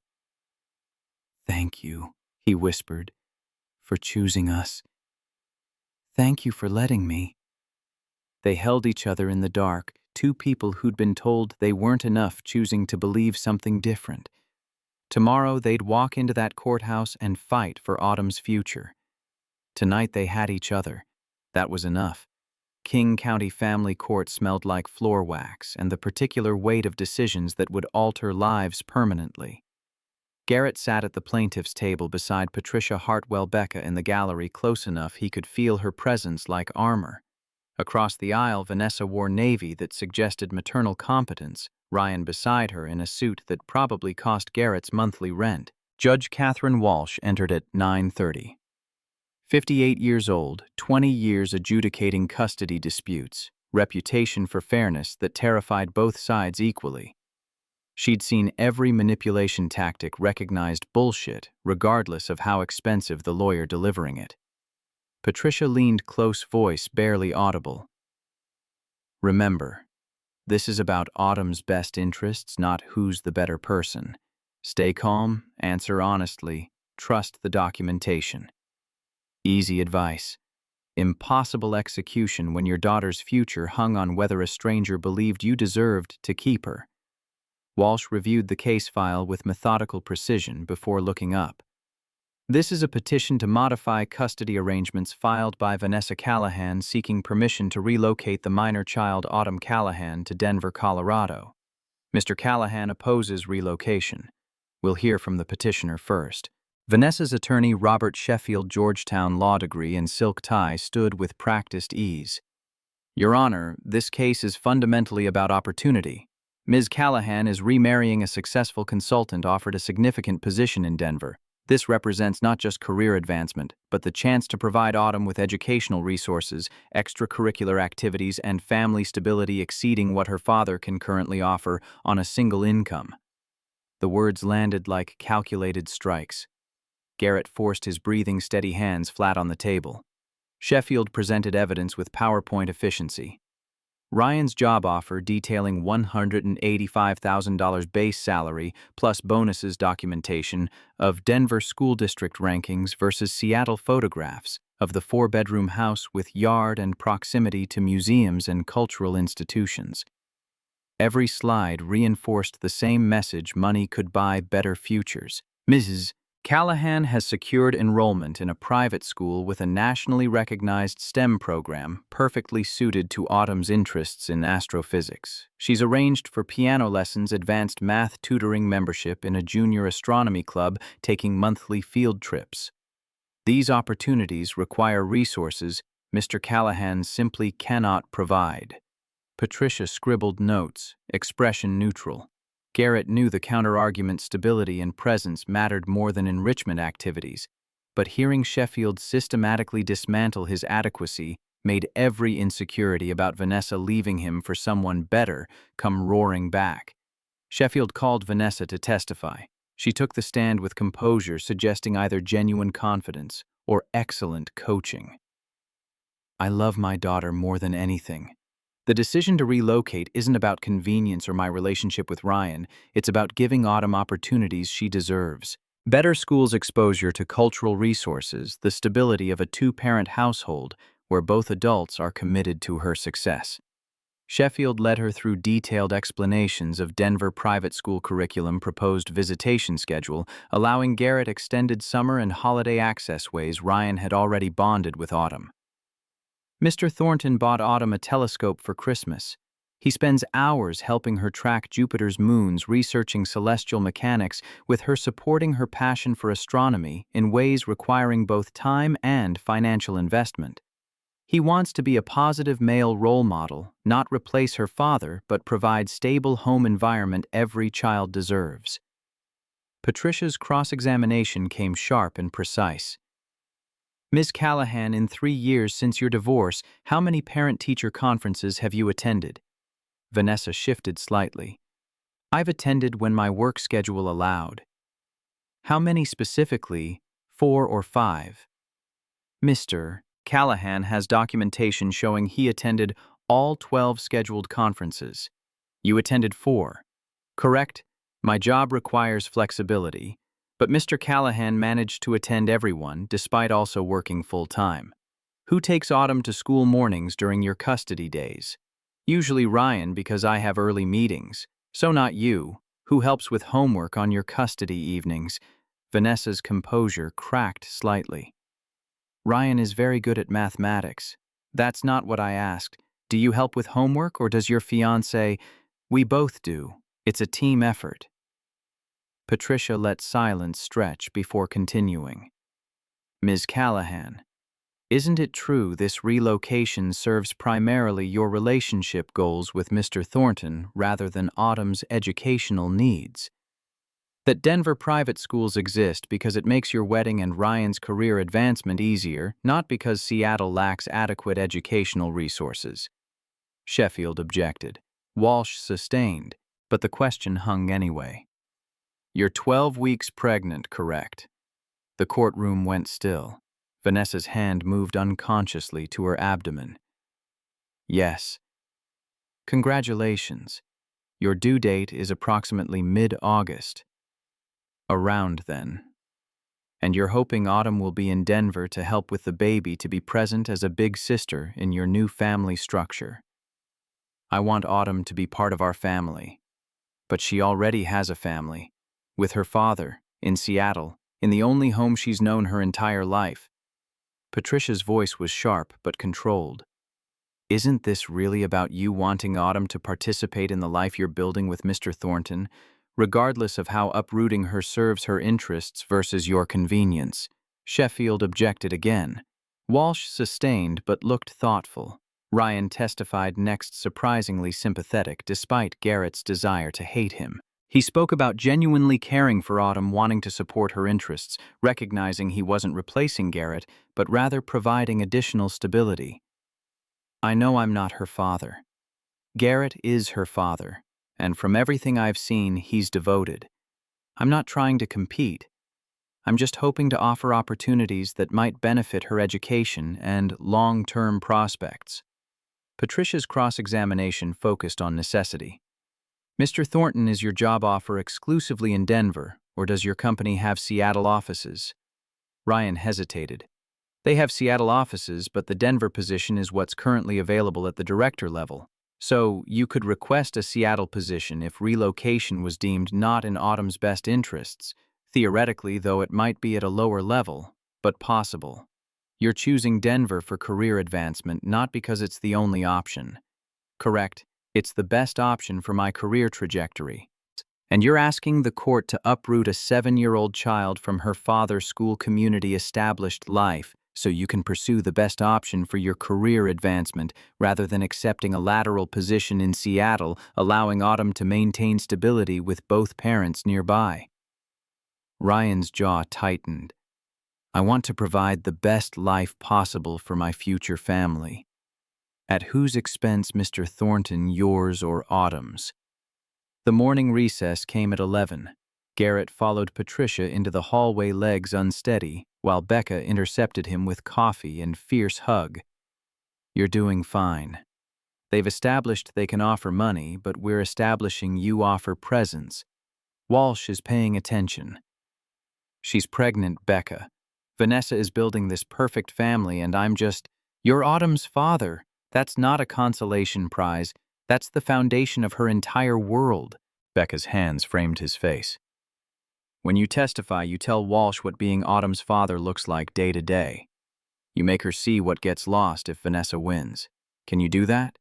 He nodded because the alternative was admitting defeat. Patricia called Garrett to testify at 1:15. Walking to the witness stand felt like moving through water. He swore to tell the truth and sat in the chair Vanessa had occupied that morning, acutely aware of every eye tracking his movements. Patricia started gentle establishing baseline employment history, income living arrangements, custody schedule. Then she shifted focus. Mr. Callahan walked Judge Walsh through a typical day with Autumn. What does parenting actually look like in your household? Garrett's voice came steadier than expected. I wake Autumn at 6:30, we make breakfast together, star-shaped pancakes on Saturdays, regular weekdays because the cookie cutters take longer. I drive her to school at 8, work until 5, pick her up from after-school program. We do homework at the kitchen table while I make dinner. She tells me about her day, every detail, every friend interaction, what she learned, who was kind or mean. He was finding rhythm now. After dinner, we read. Right now, we're working through a book about black holes because she wants to understand event horizons and Hawking radiation. I don't understand half of it, but I read it with her anyway, and we look things up together when we're both confused. Then bath pajamas, bed at 8:30. I sing her You Are My Sunshine, same song I've sung every night since she was born. Walsh was watching with attention, suggesting actual listening. Garrett continued. Weekends we go to the library. Autumn checks out the maximum number of books allowed, usually all about space or physics. We walk to the park, feed ducks, talk about why Jupiter has so many moons and whether humans will colonize Mars in her lifetime. Sunday mornings we make elaborate pancakes and rate them on structural integrity and taste. It's our thing, just the two of us. What happens to that routine if Autumn moves to Denver? His throat tightened. It's gone, all of it. I become the dad she sees on video calls and visits during summer vacation. I miss homework and bedtime stories and conversations about whether Pluto should be reclassified as a planet. I miss being her father in all the small ways that actually matter: daily presence, consistent availability, the knowledge that I'm here whenever she needs me. Mr. Callahan, Ms. Callahan's attorney, has established that you cannot offer the same financial resources or educational opportunities Mr. Thornton can provide. How do you respond? Garrett looked directly at Walsh. I can't offer private school or piano lessons or monthly field trips. What I can offer is me every single day, showing up, being present, prioritizing Autumn above career advancement or personal convenience or anything else. I've been there for every parent-teacher conference, every doctor's appointment, every school play and science fair and moment she needed a parent who wasn't distracted by other priorities. His voice gained strength. Ryan can buy her a telescope. That's wonderful. But I'm the one who stays up past midnight reading about Jupiter's orbital mechanics so I can answer her questions the next morning. I'm the one who knows she's afraid of thunderstorms but pretends not to be because she thinks 7 is too old for fear. I'm the one who understands that when she gets very quiet, it means she's processing something difficult and needs space before she's ready to talk. Patricia's next question hit exactly where they'd practiced. What can you offer Autumn that Mr. Thornton cannot, Miss? I can offer her father every single day, not just vacations and video calls. I can offer consistency, presence, the certainty that no matter what happens, I'm here. Money can buy opportunities, but it can't buy the relationship we've built over 7 years of daily life together. It can't replace the foundation she's built in this community, with her school and friends and routines that make her feel safe. Sheffield's cross-examination came hard. Mr. Callahan, you make $73,000 annually, correct? Yes. And you live in a 2-bedroom apartment where Autumn doesn't have her own bathroom. She has her own bedroom, we share a bathroom. It's clean, safe, and adequate for our needs. Wouldn't she be better off in a 4-bedroom house with her own bathroom and a yard? She'd be better off with her father accessible every day instead of seeing me a few times yearly when the custody schedule permits visits. You've recently begun a relationship with Ms. Rebecca Winters. How long have you known her? Dangerous territory. Garrett kept his voice level. 3 months. Isn't it true Autumn is becoming attached to Ms. Winters, and if that relationship ends, it will represent another disruption and loss?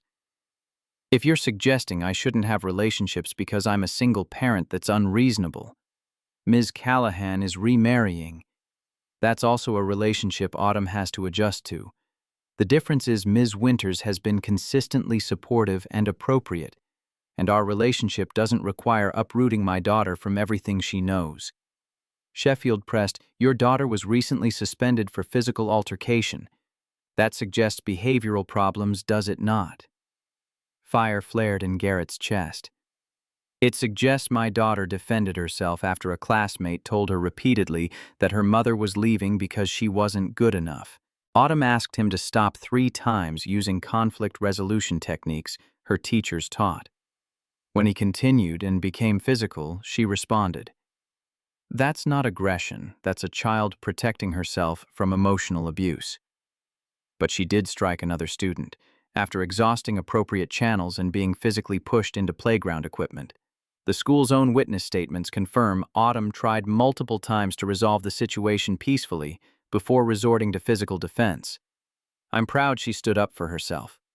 Sheffield tried several more angles, but Garrett had lived this situation for 3 months, and Patricia had prepared him for every likely attack. When he finally stepped down, Becca's expression in the gallery told him he'd done well.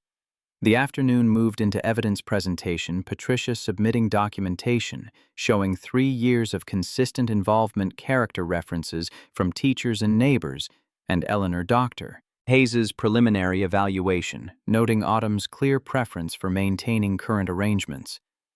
At 4, Walsh called a brief recess before the final component. Garrett had been dreading Autumn's interview. "I'd like to speak with Autumn in my chambers. Parents and attorneys may observe via closed-circuit video if the child consents, but she'll be accompanied only by her court-appointed advocate." They moved to a conference room, where a monitor showed Walsh's chambers. Comfortable furniture, bookshelves, nothing intimidating. Autumn entered, holding her advocate's hand, wearing the purple dress, with stars she'd insisted was appropriate for court. Walsh's voice came through gentle. "Hi, Autumn. I'm Judge Walsh. Do you know why you're here today?" Autumn nodded, sitting very straight. "My mommy and daddy are trying to figure out where I should live because mommy wants to move to Denver for Mr. Ryan's job." "That's right.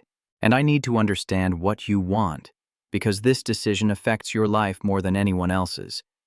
Can you tell me where you'd like to live if you could choose? With Daddy, in Seattle." No hesitation. Autumn's voice carried absolute certainty. "Why Seattle instead of Denver?" Autumn's answer came with 7-year-old logic, somehow more compelling than any legal argument. "Because all my friends are here, and my school where Mrs. Patterson teaches science and lets me do extra projects about planets, and Daddy's here every day. If I move to Denver, I only see Daddy sometimes, and that makes me sad because he's my favorite person to talk to about space, and he knows all my stuffed animals' names, and he sings 'You Are My Sunshine' every night, even though I'm probably too old for lullabies." "What about Mommy and Mr. Ryan? Don't you want to live with them?" "I love Mommy, and Mr. Ryan is nice. He bought me a telescope and helps with math homework. But I see Daddy every single day, and at Mommy's house, Mr. Ryan is always working, and Mommy has meetings, and sometimes I just sit in my room reading because they're busy. At Daddy's house, we do things together. He makes time even when he's tired." Walsh's next question was careful. "Your mom is going to have a baby. Don't you want to be there to help take care of your little brother or sister?" Autumn's face scrunched in thought.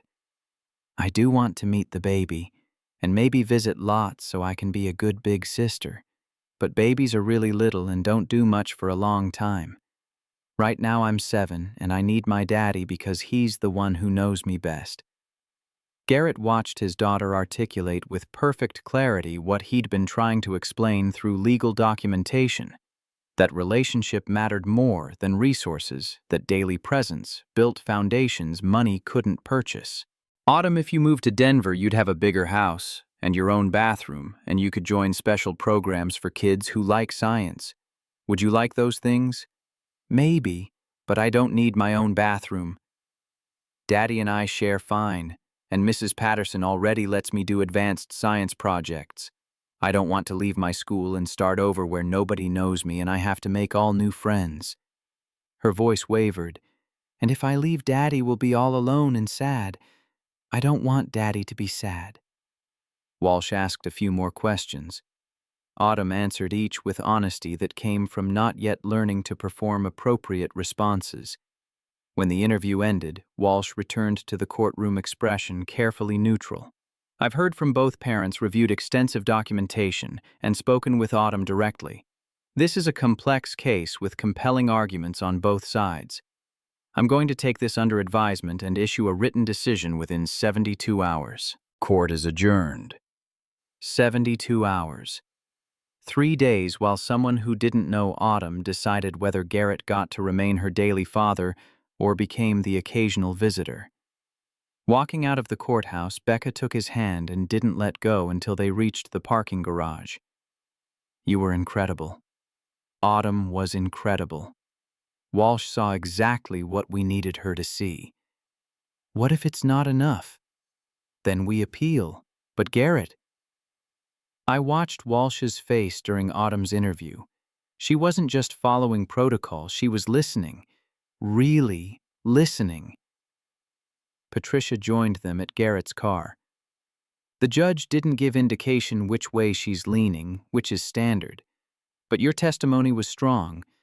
Autumn was remarkably articulate, and we've built a compelling case. Now we wait. Waiting was torture. Garrett went through motions, work dinner with Autumn bedtime routines, while anxiety gnawed at everything beneath surface performance. Becca stayed close, handling logistics. Garrett couldn't focus on making sure he ate and slept. Saturday morning, 36 hours post-hearing. Autumn asked the question Garrett had been dreading. Daddy, when do we know if I have to move? They were eating breakfast scrambled eggs, not the sacred Saturday pancakes, and the question landed like a stone in still water. The judge will tell us soon. Maybe today, maybe tomorrow. What if she says I have to go to Denver? Garrett pulled Autumn into his lap despite her protests that 7-year-olds were too big. Then we figure out how to make it work. You'd still be my daughter, still be the most important person in my world. But sweetheart, I'm fighting very hard to keep you here because I believe you belong in Seattle, where all your friends and your school and your life already exist. I don't want to leave you. I don't want you to leave either. So we hope the judge agrees you should stay. Sunday afternoon, 60 hours, and Garrett's phone rang. Patricia Hartwell. He answered with hands shaking. The ruling came through. Judge Walsh denied Vanessa's petition for relocation. Autumn stays in Seattle with you maintaining primary physical custody. The words didn't process initially, too large, too important. Garrett sat down hard. What? You won. Walsh issued a detailed ruling finding that while Denver might offer certain material advantages, the disruption to Autumn's established relationship with you and her community does not serve her best interests. She noted Autumn's clear preference, your consistent involvement documented over 3 years, and concerns that Vanessa's motivation appears primarily adult-focused rather than child-centered. I won. He said it aloud, testing whether the words would evaporate or solidify. You won. Autumn stays in Seattle. Vanessa retains shared legal custody and current visitation, but if she chooses to move to Denver, the custody arrangement remains as is with provisions for extended summer and holiday visits. After Patricia hung up, Garrett sat staring at walls he'd been afraid he'd lose the right to share with his daughter. He called Autumn in from Eleanor's apartment. Baby, I have news. She came running, braids flying, face already braced for bad information. Do I have to move? No, you're staying here with me. The judge said you belong in Seattle. Autumn's shriek of joy probably violated noise ordinances. She launched herself at Garrett, nearly knocking him off the kitchen chair, crying and laughing simultaneously. Really, really, really. I don't have to leave. Really, really, you're staying right here. Can I tell Emma and Mrs. Patterson and everyone? Tell everyone, baby, tell the whole world. She ran for the phone, and Garrett sat crying with relief so intense it felt like physical pain releasing. His phone buzzed Becca. Patricia just called me. Garrett, you did it. I can't believe it. You won because you're an incredible father who documented every moment of showing up. I'm so proud of you. Can I come over, please?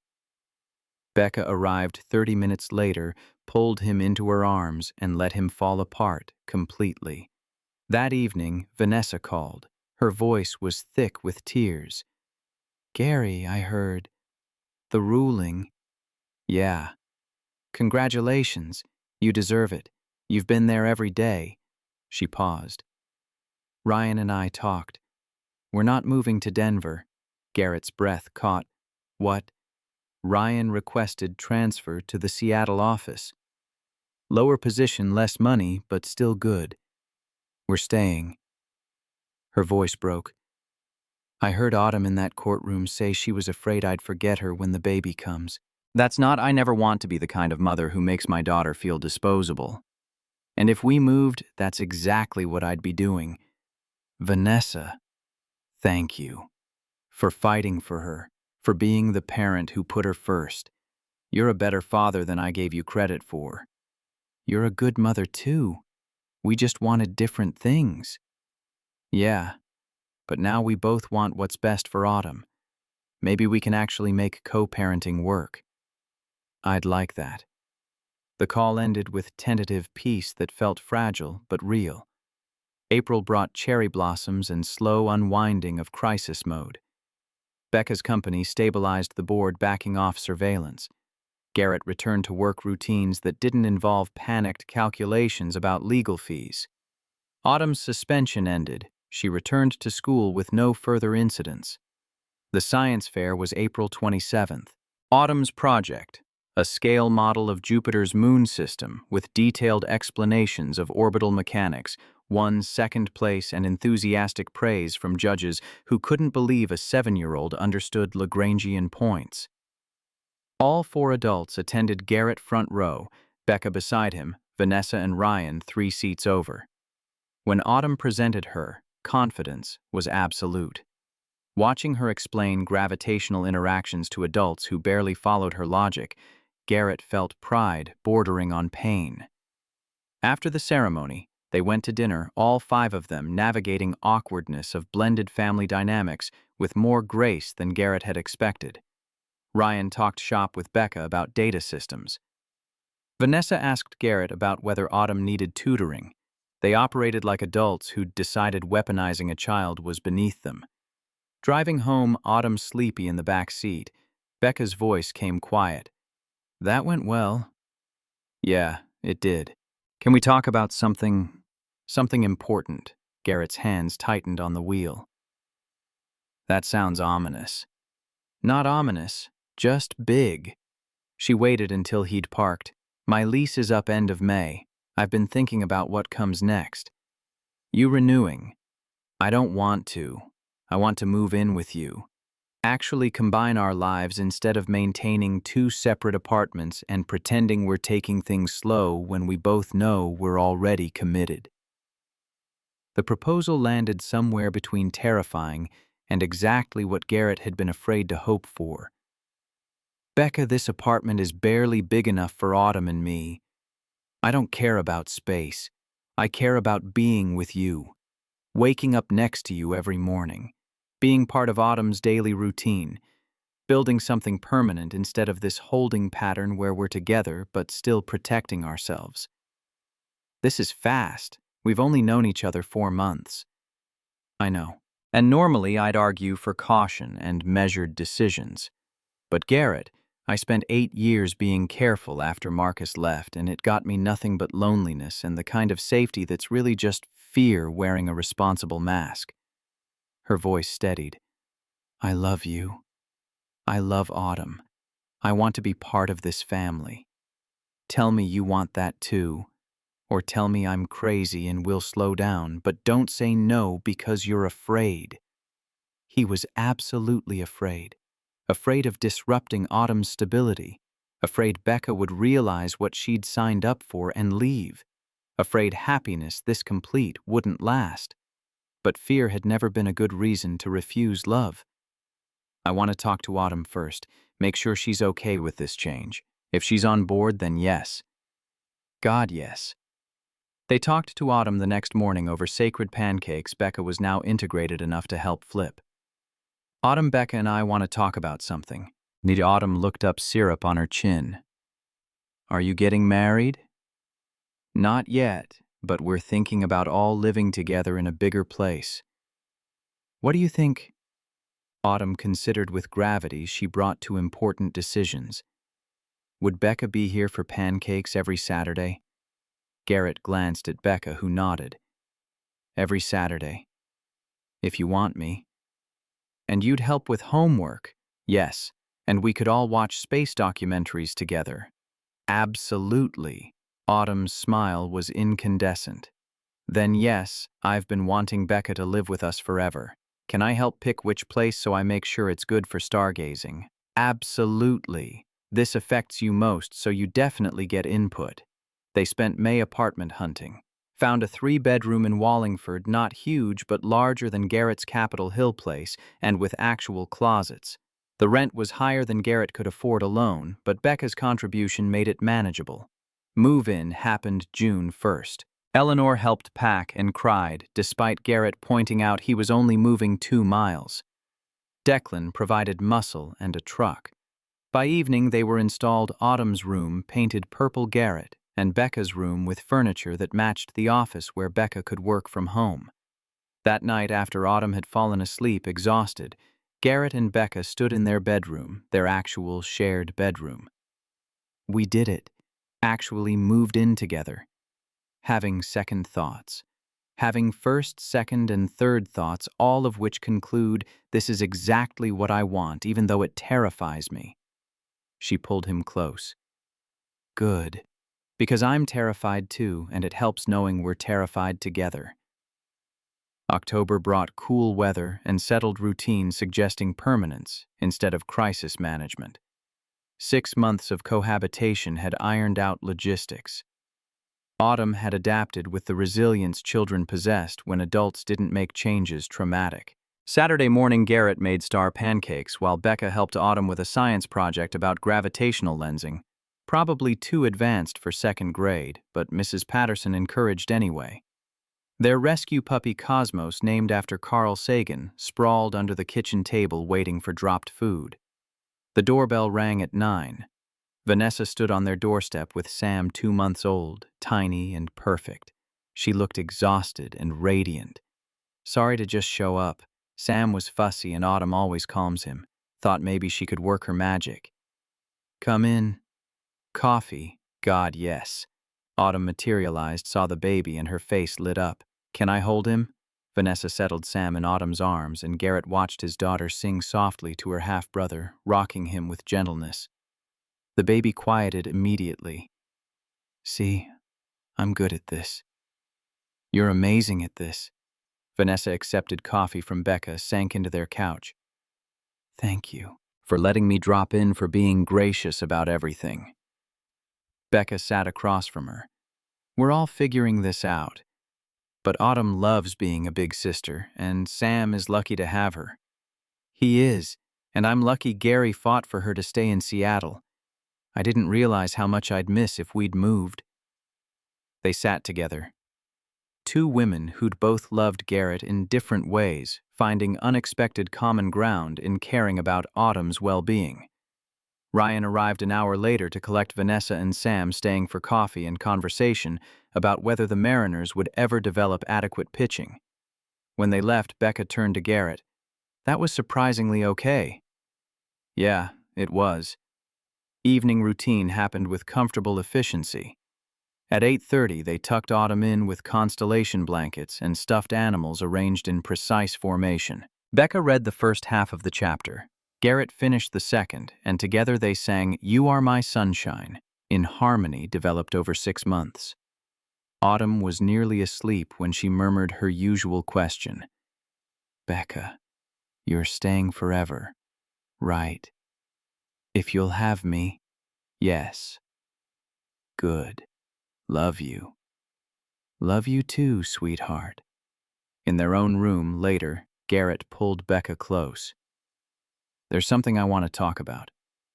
This sounds ominous. Not ominous. Important. He took a breath. When you said you weren't asking me to marry you yet, you said yet.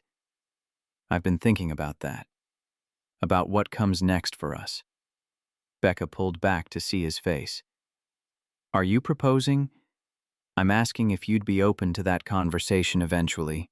Not today, not this month, but sometime. When Autumn's had more time to adjust, when it feels right instead of rushed. How long were you thinking?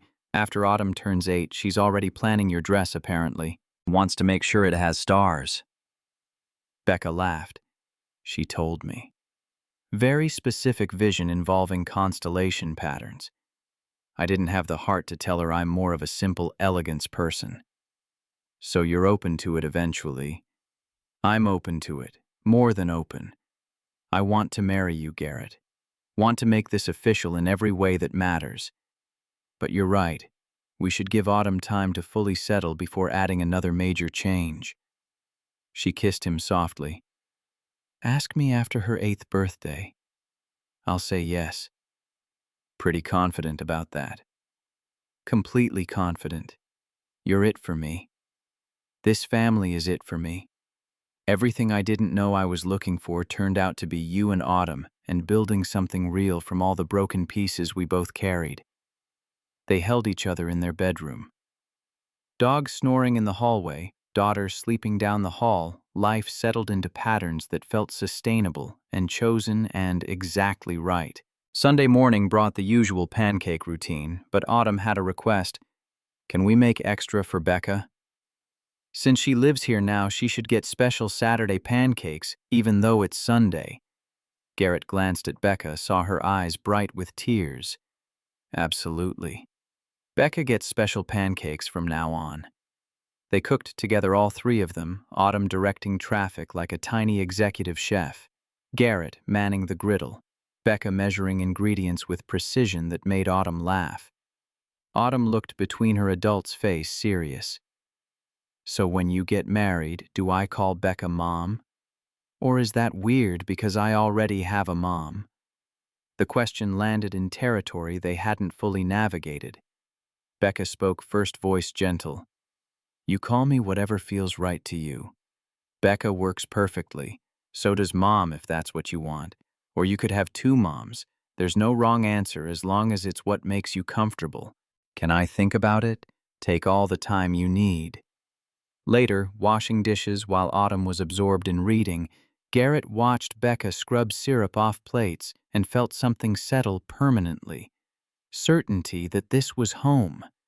These were his people, that he'd found the thing he'd stopped believing existed. Thank you. Becca glanced up. For doing dishes. For choosing us. For seeing me when I was invisible, for learning what mattered to Autumn, for staying through custody battles and CPS visits and every complication, for being exactly who we needed. She set down the dish, pulled him close. You taught me something important, that safety isn't the same as strength, that asking for help isn't weakness, that family gets built through intention and daily choice, not just genetics. Thank you for letting me be part of yours. They kissed in their kitchen while water ran and Cosmos begged for attention. And somewhere down the hall, Autumn was probably drawing another picture of their family. That afternoon, Autumn presented her latest artwork, 3 figures holding hands beneath a precisely drawn constellation map labeled Daddy plus Becca plus me equals family in careful 2nd grade printing. This is for the fridge, so everyone knows we're official. Garrett hung it in place of honor, held his daughter close, and looked at Becca over Autumn's head. She smiled back, the kind of smile that contained promises about futures they'd build together. Outside Seattle moved through autumn with characteristic drizzle. Inside their Wallingford apartment, a family that had assembled itself from broken pieces settled into the kind of ordinary evening that was extraordinary precisely because it was chosen. Garrett thought about the white rose he'd given Becca on Christmas Eve, about the impossibility that their meeting would lead here, about Derek Ashford's cruelty that had inadvertently created opportunity for kindness, about Vanessa's custody battle that had forced him to document and defend the value of daily presence. Later, after Autumn was asleep and Becca was reading beside him and Cosmos was sprawled across their feet, Garrett spoke into comfortable darkness. I love you, both of you, this whole improbable family we've built. Becca set aside her book. We're not improbable. We're exactly what happens when people choose to be brave enough to try, to hope, to believe that maybe it's never really too late for the things that matter. She was right. It wasn't too late. It was exactly the right time for healing, for building, for choosing love, even when love required vulnerability and risk and courage to believe in futures you couldn't control. Tomorrow would bring new challenges. There would always be new challenges. But tonight, they were simply three people who'd found each other and decided to stay. Who'd built family from intention instead of obligation. Who'd learned that the bravest thing anyone could do was choose connection over safety presence, over perfection, love over fear of loss. And that quiet, unglamorous, beautiful choosing that was the real victory. Not the custody ruling or career success or relationship that defied expectations. Just three people choosing each other every single day, building something lasting from courage to try. In the darkness, Garrett's last thought before sleep was of Autumn's signs from that morning. Family means people who choose to love you every single day. His daughter understood what it had taken him 43 years to learn that family wasn't blood or obligation or inheritance. It was choice, daily, intentional, built from small moments and large sacrifices, and the decision to keep showing up, even when showing up was the hardest thing in the world. He'd kept showing up. Becca had kept showing up. Autumn had never doubted they would, and that steady, unglamorous, beautiful choosing that was the ending. The real one. Not dramatic or explosive, but quiet and true and lasting. Sometimes the best endings were just beginnings in disguise.